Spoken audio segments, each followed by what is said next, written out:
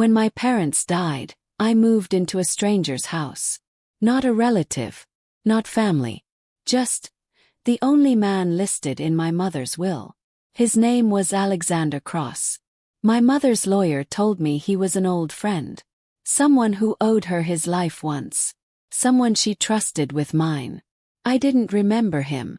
But when I stood in front of his black iron gates with one suitcase and nowhere else to go, the doors opened immediately. Like he had been waiting. Alexander was tall. Dark hair touched with silver. Calm eyes that studied me far too carefully for someone meeting a grieving girl. "You've grown," he said quietly. My throat tightened. "We've met before." "When you were 16, he replied. I barely remembered. He took my suitcase himself and led me inside. The house was huge. Silent. Too empty. "This is your room," he said, opening a door at the end of a long hallway. A beautiful bedroom. Locked windows. Heavy curtains. Camera in the corner. My stomach dropped. "I don't need." "For your safety," he interrupted gently. "You have enemies now." Cold washed through me. "My parents are dead," I whispered. "Who would want me?" Alexander looked at me for a long moment. Then quietly. "The same people who killed them." That night I couldn't sleep. The house creaked with strange sounds. Shadows moved behind the curtains. Every noise made me flinch. At 1:47 a.m., someone knocked softly on my door. Once. My heart raced. "It's me," Alexander's voice said calmly. "Open." I hesitated, then unlocked it. He stood there in dark clothes, no jacket, no tie, like he hadn't planned on sleeping. "You're shaking," he said softly. "I heard something." "So did I." He stepped inside without asking and locked the door behind him. My breath caught. "There are men watching the property tonight," he said. "I don't want you alone." He sat on the chair beside my bed. Silent. Watching the door. Minutes passed. Then an hour. I whispered. "Are you going to stay here all night?"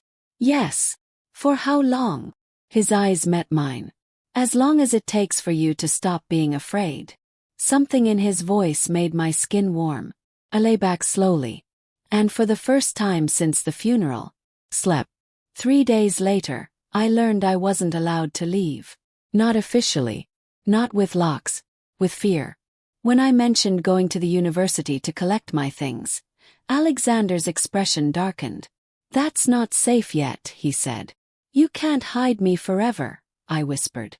"I'm not hiding you," he replied calmly. "I'm keeping you alive." He showed me the security footage. Men standing across the street. Car following me from the cemetery. A message on his phone. "We know she's with you." My hands began to shake. "They're after me," I whispered. "Yes." "Why?" He hesitated, then said quietly, "Because of what your father stole." My heart stopped. "He never told me anything." "He tried to protect you," Alexander said. "So now you're my bodyguard." Something dark flickered in his eyes. Something like that. That night, when I stood at my bedroom window staring at the locked glass, I realized something terrifying. The cameras weren't pointed outside. They were pointed me. And for the first time a thought crossed my mind. What if the man protecting me was the one I needed protection from? The rules appeared slowly. Not written on paper. Not spoken like commands. They were hidden inside concern. Inside protection. Inside the way Alexander began shaping my days without ever raising his voice. "You'll have breakfast at 9, he said one morning calmly. "The chef worries when you skip meals." "I wanted to go outside," I whispered. "Not today." "Why?" "Because the man in the gray car is back." I rushed to the window. Familiar vehicle sat across the street. My chest tightened. "You see," Alexander said softly, "I'm not keeping you here to be cruel." Relief mixed with fear. "Can I at least call my friend?" Yes. He paused, then smiled gently. "Of course." My phone buzzed that evening. No signal. I showed him, confused. He glanced at it once. They must be blocking towers nearby, he said easily. I believed him. That night, when I heard footsteps outside my door again, I didn't scream. I waited. He came in quietly, sat beside my bed, and brushed my hair from my face like he had done before. "You're safer when I'm close," he whispered. And somehow, I agreed. On the 5th day I found the locked room. It was at the end of the west hallway, hidden behind a bookshelf. The door wasn't heavy. It was sealed. Curiosity pulled me closer. I pressed my ear to it. Silence. Then a sound. Breathing. My blood froze. I reached for the handle. Behind me, Alexander's voice said calmly, "Don't open that." I screamed. He stood there, not angry. Disappointed. "You're not ready for that room," he said softly. "What's inside?" I whispered. "Memories," he replied. My hand shook. "Whose?" "Ours." The word made my heart race. "I've never been here before," I said. He stepped closer. "You have," he murmured. Fear crashed through me. "That's impossible." He touched my cheek gently. "You don't remember everything yet." That night I dreamed of blood. Of my father arguing with a man in the dark. Of my mother crying.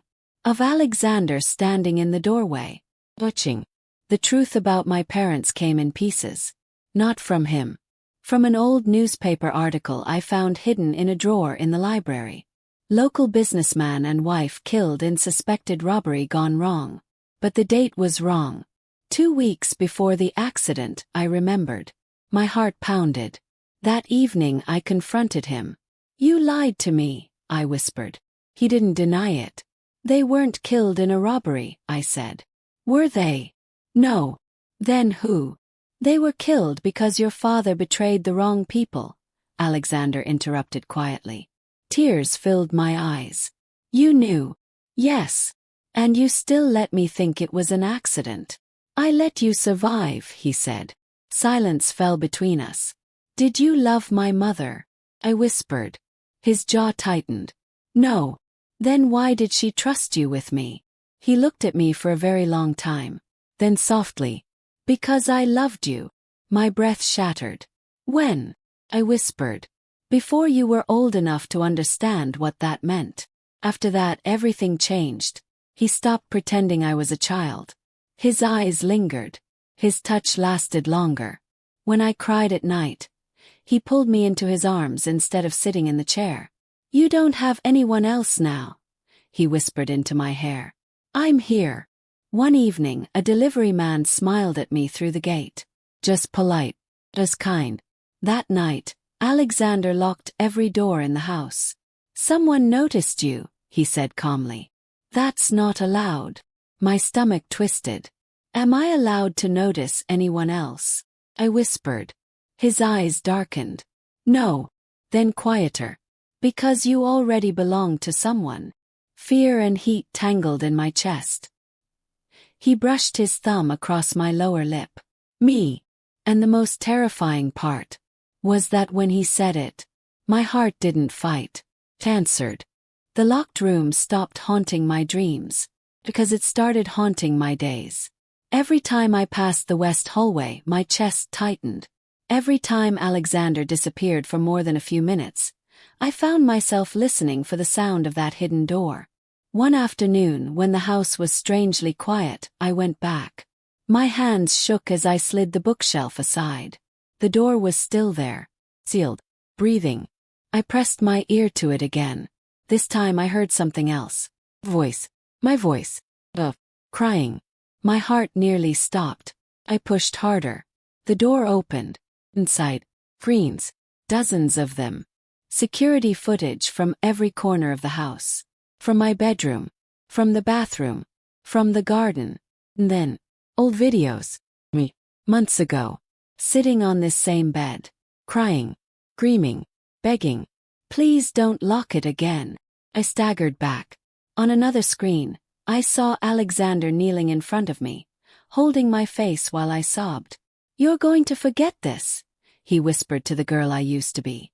"You asked me to." My knees gave out. He had erased me. Footsteps sounded behind me. Turned slowly. Alexander stood in the doorway. Not angry, not shocked, only relieved. You remembered, he said softly. You drugged me, I whispered. Yes. You locked me in here. Yes. You took my memories. He nodded once. Tears streamed down my face. Why? He stepped closer. Because you were breaking, he said quietly.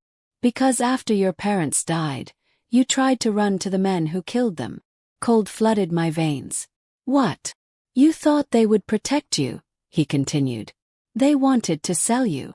I shook my head, sobbing. I couldn't let them touch you, he whispered. So you destroyed me instead. I saved you, he said. He knelt in front of me, taking my shaking hands. You begged me to make it stop, he murmured. You begged me to take the memories away. My head spun. I would never. You loved me then, he interrupted gently. My breath caught. You came to me. You chose me. You asked me to keep you forever. Silence crashed through me. He lifted my chin. And when you started remembering, I panicked. My chest hurt. I didn't want to lose you again. Before I could speak, alarms exploded through the house. Shouting. Gunfire. Alexander's body moved instantly in front of mine, shielding me. They found you, he said calmly. Stay here. They came through the back gate. 3 men. Armed. Vest. I tried to run. Alexander grabbed me, pulling me behind a wall. No, he whispered. With me. Shots echoed through the halls. Glass shattered. A man appeared at the end of the corridor. Gun raised. Before I could scream, Alexander shot him without hesitation. Blood splattered the floor. I stared in horror. Another man ran toward me. Alexander turned and fired again. The man grabbed my arm, dragging me toward the door. I screamed his name. Then, Alexander killed him. Close.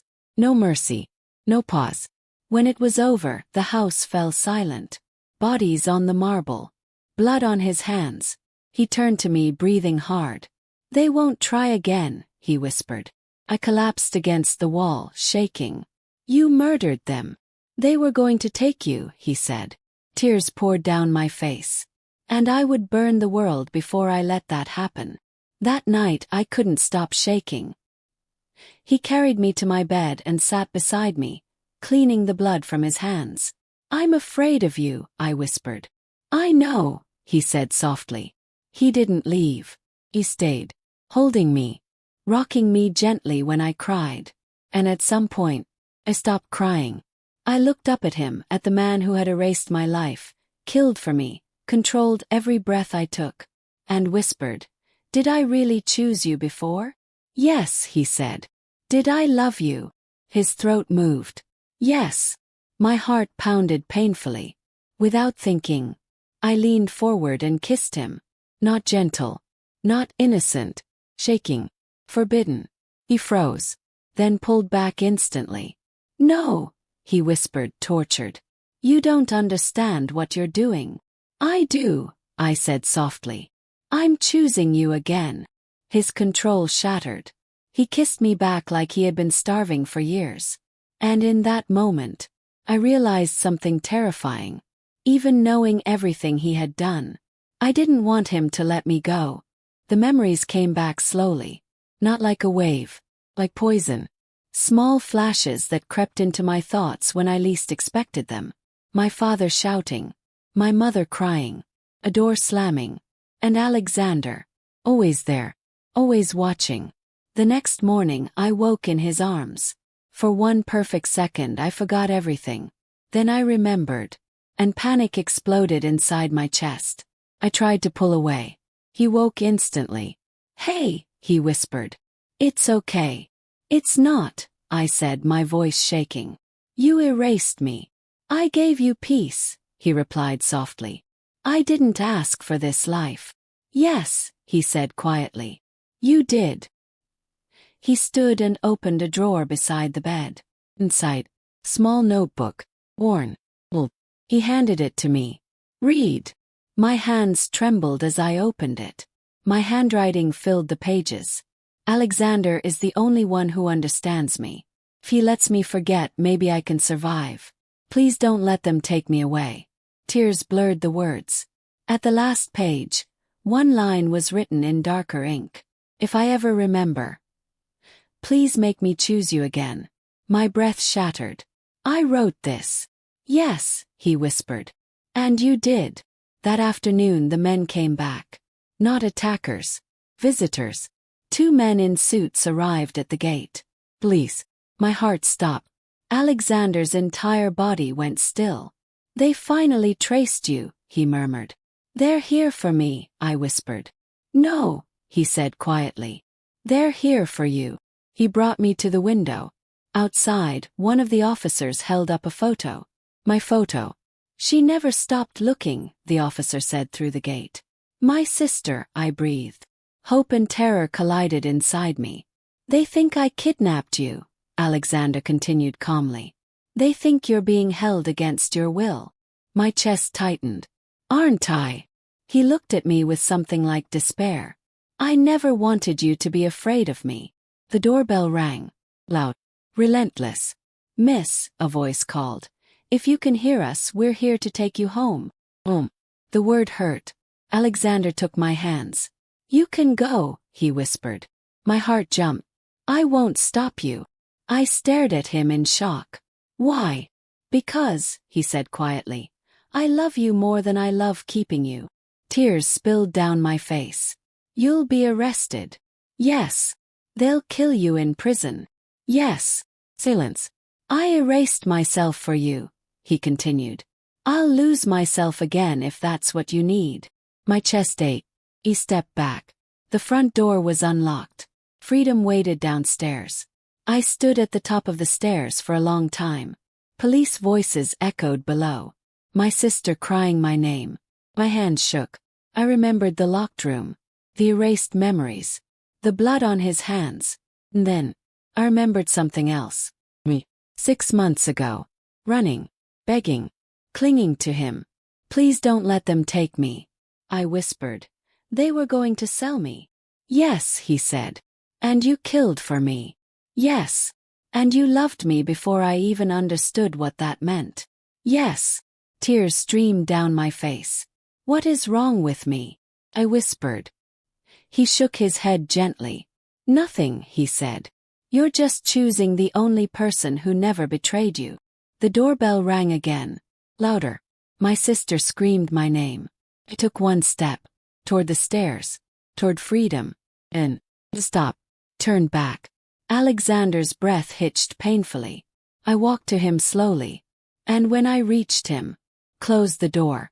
Behind me, the police kept knocking. My sister kept crying. And I whispered the words that sealed my fate. Make me forget again. His face collapsed. No. I don't want to remember a life without you, I said softly. Silence shattered. And he held me like I was the last thing keeping him alive. He didn't erase me right away. He tried not to.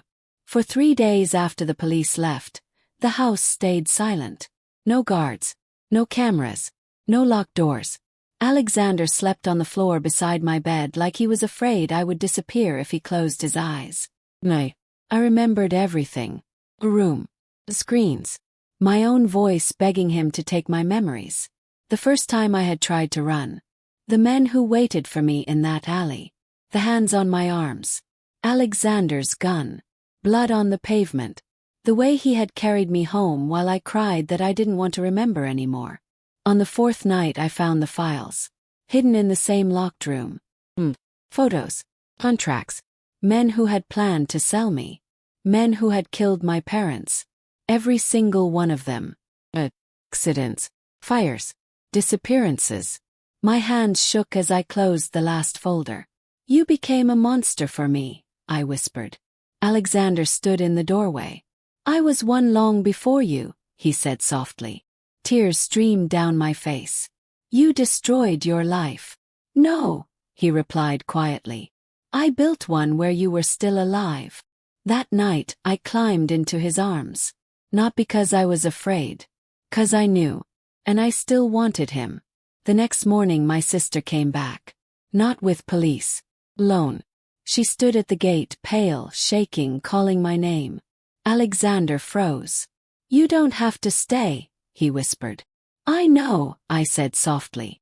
I walked down the stairs, opened the front door, and saw her, my sister, older, tired, broken. She ran to me and grabbed my face, sobbing. "Oh my God, you're alive." "Yes," I whispered. "Come home," she begged. "Please, he brainwashed you, he kidnapped you." I looked past her. At the street. Freedom. At a life that might still be mine. "Did you ever find who killed Mom and Dad?" I asked quietly. She froze. "No," she whispered. "I did," I said. Her eyes widened. "He's dead," I continued softly. "They all are." Silence fell. She stared at me in horror. "What did he do to you?" I smiled gently. "He saved me." She shook her head violently. "This isn't love. This is sickness." He nodded. "Yes." Tears filled her eyes. "Then come with me, please, before he destroys what's left of you." Turned, and saw Alexander standing in the hallway, not moving, not begging, ready to lose me, and something inside me broke open. "I already lost what I was," I whispered. "But I found who I belong to." My sister screamed. "Close the door." He erased me the second time at sunset. Not with violence, with tears. His hands shook as he prepared the injection. "Say the word and I'll stop," he whispered. "I won't," I replied softly. "Promise me something first. Anything. Don't ever let me remember a life where you're not in it." His face shattered. "I love you," he said. "I know," I whispered. "And I choose you." When the medicine entered my vein, the world blurred. The last thing I felt was his mouth on my forehead. Months later, I woke in a beautiful bedroom. Locked windows, heavy curtains. A man sleeping in a chair beside my bed. Dark hair touched with silver. Eyes. He woke when I moved. Relief flooded his face so violently it almost broke him. "You're safe," he whispered. "Who are you?" I asked softly. "My name is Alexander." Fear flickered. And something else. Something warm. Something familiar. "Why am I here?" I whispered. "Because," he said gently, taking my hand, "someone tried to hurt you, and I promised I'd protect you." My heart slowed. "Will you stay?" I asked. "Always." He smiled. "As long as you need me." And somewhere, deep inside a place even memory could not reach, smiled too. Because even without knowing his name, even without remembering the blood, even without remembering the cage, my soul still recognized the only monster who had ever loved me enough to become my whole world.